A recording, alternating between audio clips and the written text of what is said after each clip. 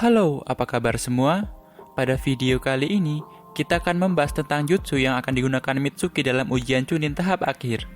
Karena lawan yang harus dihadapinya adalah Boruto, jadi Mitsuki kemungkinan akan menggunakan jutsu terkuatnya.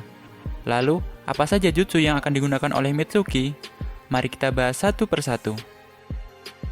Jutsu pertama adalah Nano Kaizo. Nano Kaizo merupakan jutsu yang paling sering digunakan oleh Mitsuki dalam pertarungan.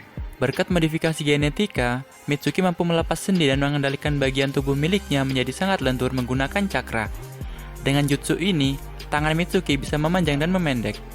Nano Kaizo sangat efektif untuk menyerang target dari jarak yang cukup jauh. Tak hanya untuk menyerang, teknik ini dapat digunakan untuk bertahan atau menyelamatkan rekan yang berada dalam bahaya. Sekilas, jutsu ini mirip dengan kemampuan Luffy dari anime One Piece yang bisa memanjangkan anggota tubuhnya. Namun bedanya, jutsu Mitsuki lebih ke sifat ular, sedangkan teknik Luffy lebih ke sifat karet. Yang kedua adalah Futon Toppa. Jutsu ini merupakan jutsu elemen angin yang cara kerjanya mirip dengan jutsu Suiton Hato milik Boruto, di mana Mitsuki akan mengumpulkan cakra dalam perut lalu menghembuskannya melalui mulut.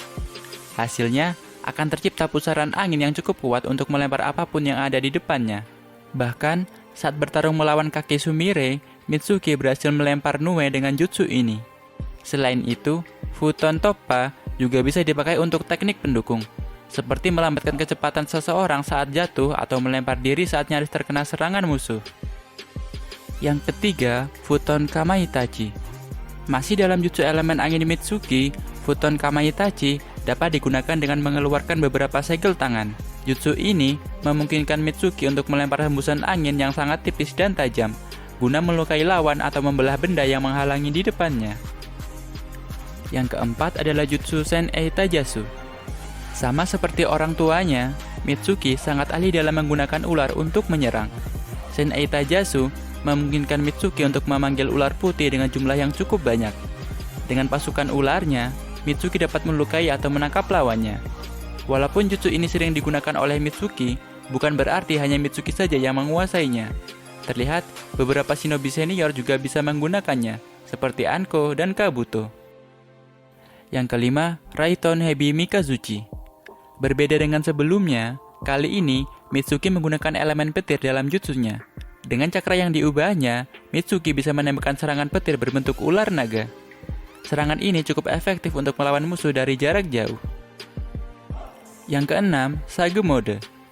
Kita tahu bahwa tubuh Mitsuki berbeda dengan tubuh manusia pada umumnya.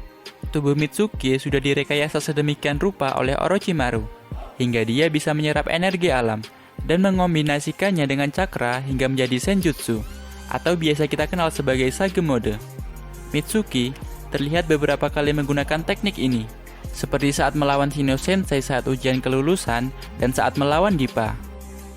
Yang ketujuh, Senpo Orochi Ikazuchi. Jutsu ini sebenarnya adalah pengembangan dari jutsu Raiton Hebi Mikazuchi. Yang membedakannya adalah kekuatan yang jauh lebih besar dari jutsu sebelumnya. Bisa dibilang, jutsu ini adalah jutsu Hebi Mikazuchi yang digunakan saat Mitsuki masuk ke dalam Sage Mode-nya. Dalam mode ini, warna petirnya berubah menjadi biru muda. Mungkin Orochi Ikazuchi adalah jutsu terkuat Mitsuki hingga saat ini. Sebenarnya, Mitsuki sudah menguasai jutsu Raiton Shiden.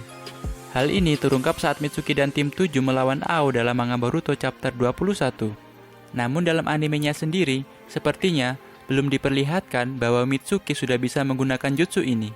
Well, kita lihat saja nanti dalam lanjutan cerita anime Boruto.